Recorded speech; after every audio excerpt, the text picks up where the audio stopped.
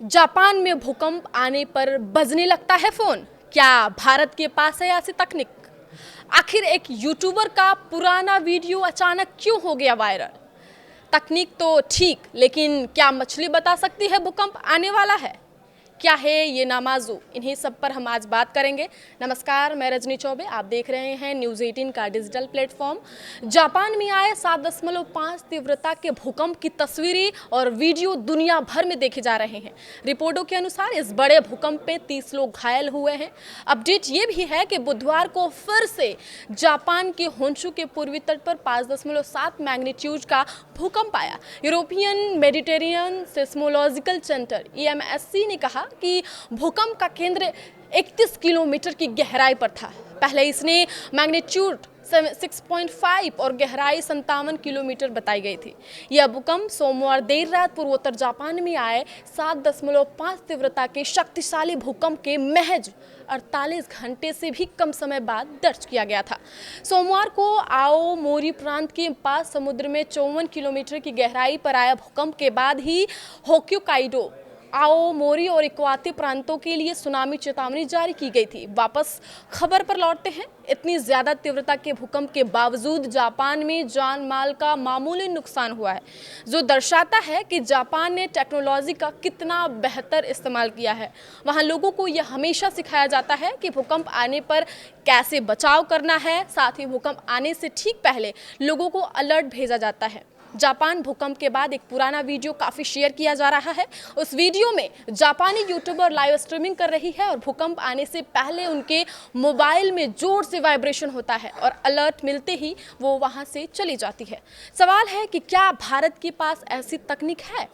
इससे पहले आपको बताते हैं कि आखिर जापान में क्यों आते हैं सबसे ज़्यादा भूकंप। जापान में दुनिया के सबसे ज़्यादा भूकंप आते हैं, जिसके मुख्य वजह है प्लेट टेक्टोनिक्स। यह रिंग ऑफ फायर नाम के क्षेत्र में स्थित है, जहां कई विशाल टेक्टोनिक प्लेट्स जैसे कि प्रशांत plate, Eurasian plate, Philippine plate आपस में टकराती हैं। ये एक दूसरे के नीचे खिसकती हैं या रगड़ खाती हैं, जिससे पृथ्वी के अंदर तनाव जमा होता है और अचानक ऊर्जा निकलने पर भूकंप आते हैं।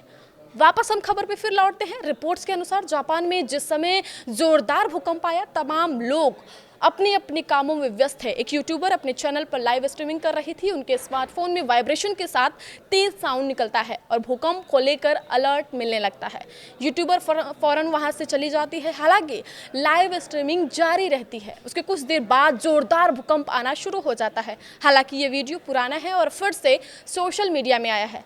रिपोर्टों के अनुसार जापान में हर साल करीब 2000 से ज्यादा या उससे आसपास के भूकंप आते हैं। इतनी अधिक भूकंपों से खुद को बचाने के लिए जापान के मौसम विभाग ने एक चेतावनी सिस्टम को डेवलप किया है। यह सिस्टम भूकंप के शुरुआती झटकों के डिटेक्ट करने के फौरन बाद अलग अलग कम्युनिकेशन सिस्टमों में अलर्ट भेजता है। इनमें रेडियो स्टेशन, मोबाइल फोन और सायरन शामिल है। कुछ सेकंड पहले चेतावनी मिलने से लोगों को सही जगह पर छुपने या बचाव करने का मौका मिल जाता है। जापान से ऐसा सिस्टम डेवलप किया गया है कि भूकंप आने से पहले वहां ट्रेन, लिफ्ट और भारी मशीनें बंद हो जाती हैं। क्या भारत के पास है ऐसी तकनीक? इसी साल संसद में दिए गए जवाब में सरकार ने बताया था कि मौजूदा समय में दुनिया में कहीं भी ऐसी कोई वैज्ञानिक तकनीक उपलब्ध नहीं है जो समय, स्थान और परिणाम के संदर्भ में भूकंप की सटीक भविष्यवाणी कर सके। देश में भूकंप की पूर्व चेतावनी देने के लिए कोई प्रामाणिक प्रणाली मौजूद नहीं है। साल 2023 में गूगल ने एंड्रॉयड स्मार्टफोन यूजर्स के लिए एक फीचर रोल आउट किया था। इसके तहत भारतीयों को भूकंप का अलर्ट मिलना था। तब बताया गया था कि फ़ोन के सेंसरों का इस्तेमाल करके भूकंप की पहचान की जाएगी। यह सिस्टम आया तो सही, लेकिन आज तक लोगों को भूकंप का कोई अलर्ट नहीं मिला है। हालांकि भारत के स्मार्टफोन में ऑप्शन जरूर होता है। सेटिंग्स में सेफ्टी एंड इमरजेंसी में जाकर लोकेशन ऑप्शन, जिसमें नीचे की तरफ अर्थक्वेक फीचर दिखाई देगा, जो एक्टिवेटेड रहता है। अगर नहीं है तो उसे एक्टिवेट कर लें। एंड्रॉयड स्मार्टफोन में मिलने वाला अर्थक्वेक फीचर भले ही ऑन रहता है, लेकिन अभी तक इसका कोई ऐसा उदाहरण नहीं मिला है जिसमें इसने लोगों को अलर्ट किया हो कि कुछ ही देर बाद भारत में भूकंप आने वाला है। और अब आखिरी में एक लोक कथा भी जान लीजिए।